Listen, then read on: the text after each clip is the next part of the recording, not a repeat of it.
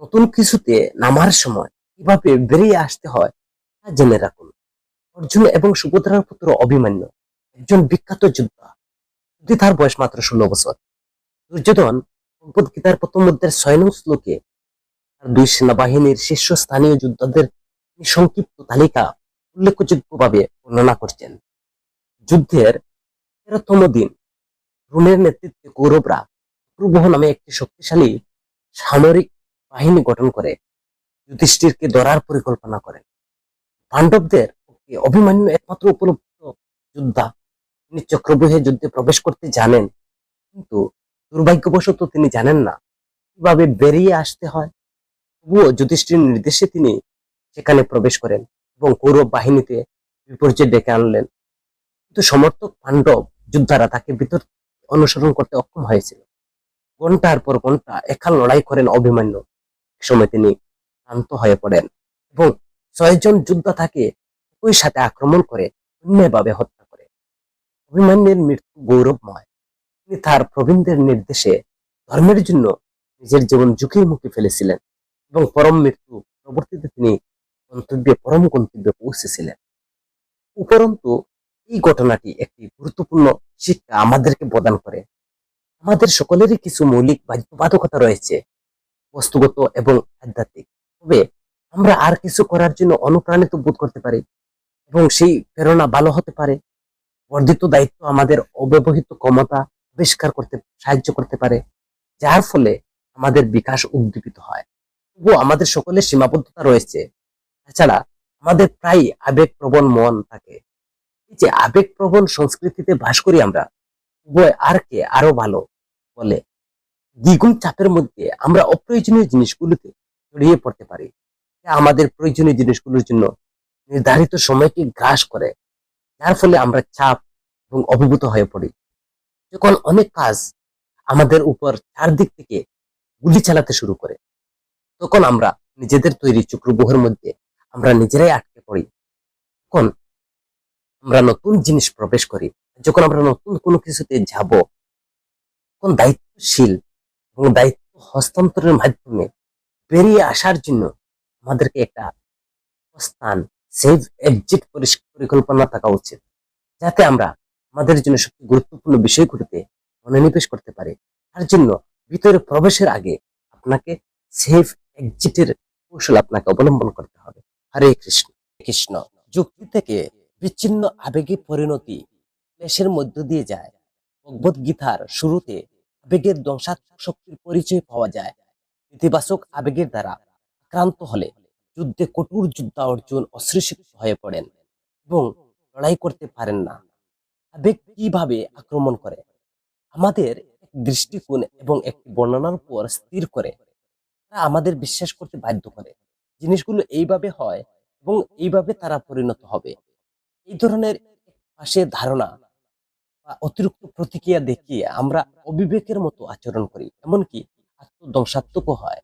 অবশ্যই আবেগগুলো নিজেরাই খারাপ নয়, তাই আমাদের অস্তিত্বের অবিচ্ছেদ্য অংশ। খারাপ হলো আমাদের সমস্ত আবেগকে সমালোচনাহীনভাবে বিশ্বাস করার প্রস্তুতি নেই।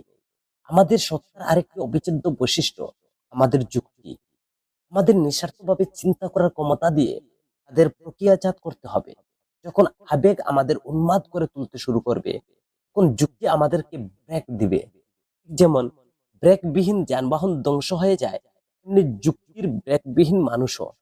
আমাদের নিজস্ব যুক্তি কি আবেগকে প্রতিহত করতে পারে? মাঝে মাঝে, প্রায় আবেগগুলো খুব বেশি শক্তিশালী হয়।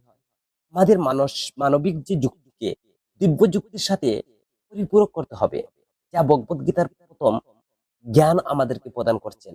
গীতার জ্ঞান ব্যাখ্যা করে যে আমরা আমাদের মূল আত্মায় আছি, যারা কৃষ্ণের শাশ্বত অংশ এবং আধ্যাত্মিক বিবর্তনে বহু জীবনযাত্রায় আছি। আমাদের বিবর্তনকে আরো এগিয়ে নিতে হবে।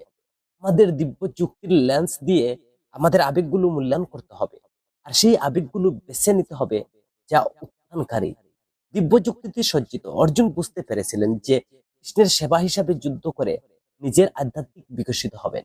তিনি তার বিরোধীদের সাহায্য করবেন এবং তিনি তার আধ্যাত্মিক বিচ্যুতি বন্ধ করবেন।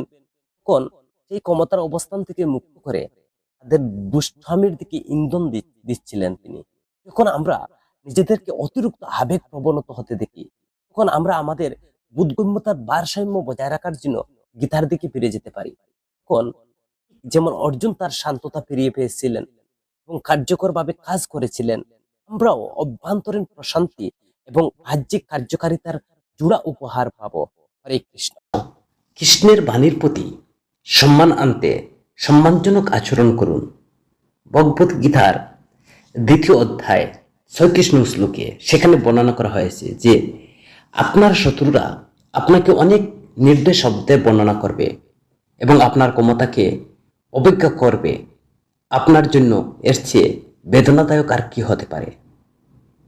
কৃষ্ণ কেতুর উপর একটি যুক্তি উপস্থাপন করেন এবং অলঙ্কিত প্রশ্ন দিয়ে শেষ করেন। তিনি অর্জুনকে ব্যাখ্যা করলেন কেন তার যুদ্ধ চালিয়ে যাওয়া উচিত এবং কেন তা প্রত্যাহার করা উচিত নয়।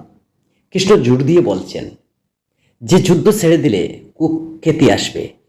তিনি বর্ণনা করছেন যে লোকেরা কিভাবে অর্জুনের পশ্চাৎ অনুসরণ করবে, বয়ের কাজ হিসেবে বুঝবে, তাকে কাপুরুষ হিসেবে চিহ্নিত করবে এবং তাকে বিভিন্ন অসম্মানজনক নামে ডাকবে। প্রতিটি মানব সংস্কৃতিতে শপথ শব্দ বিদ্যমান, আর সংস্কৃতির একটি ভালো অংশ হিসাবে নয়, তবে কেবল একটি অংশ হিসাবে।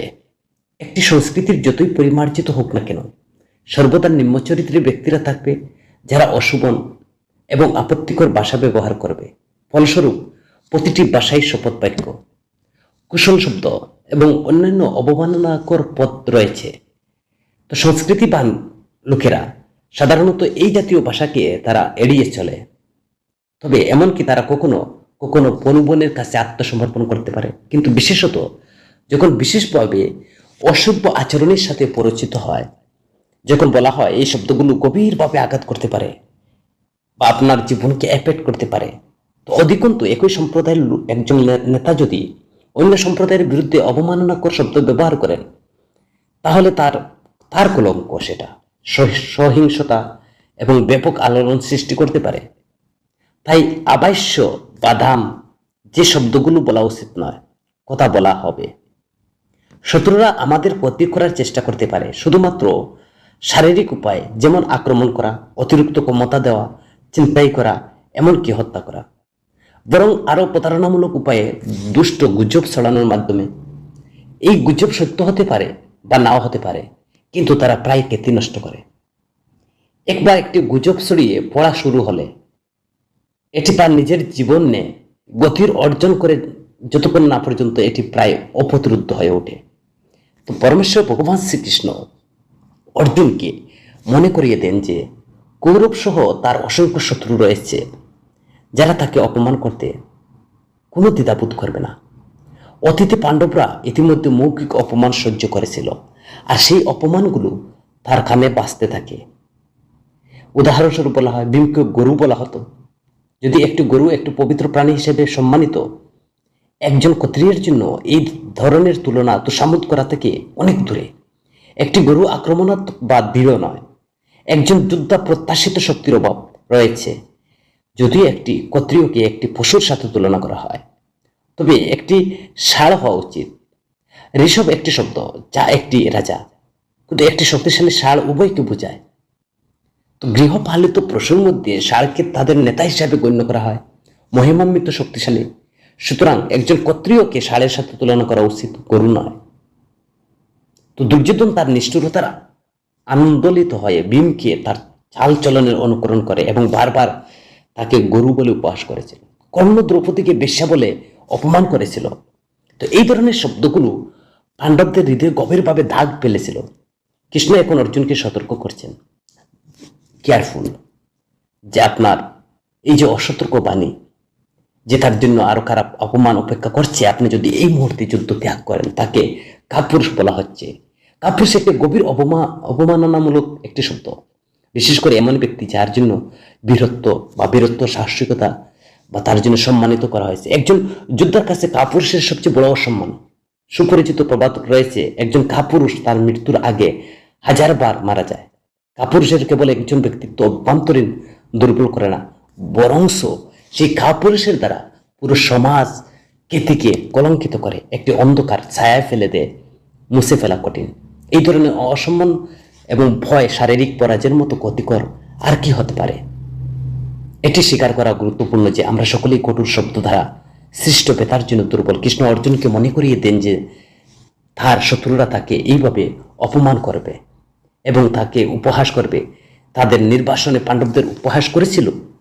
এই অপমান শব্দগুলো এখন মনে করিয়ে ভীমের মনের প্রতিধ্বনি করেছিলেন। দুর্যোধন তার কটূক্তি, উত্তেজিত এইসব ভগবান শ্রীকৃষ্ণ স্মরণ করিয়ে দিলেন। হরে কৃষ্ণ।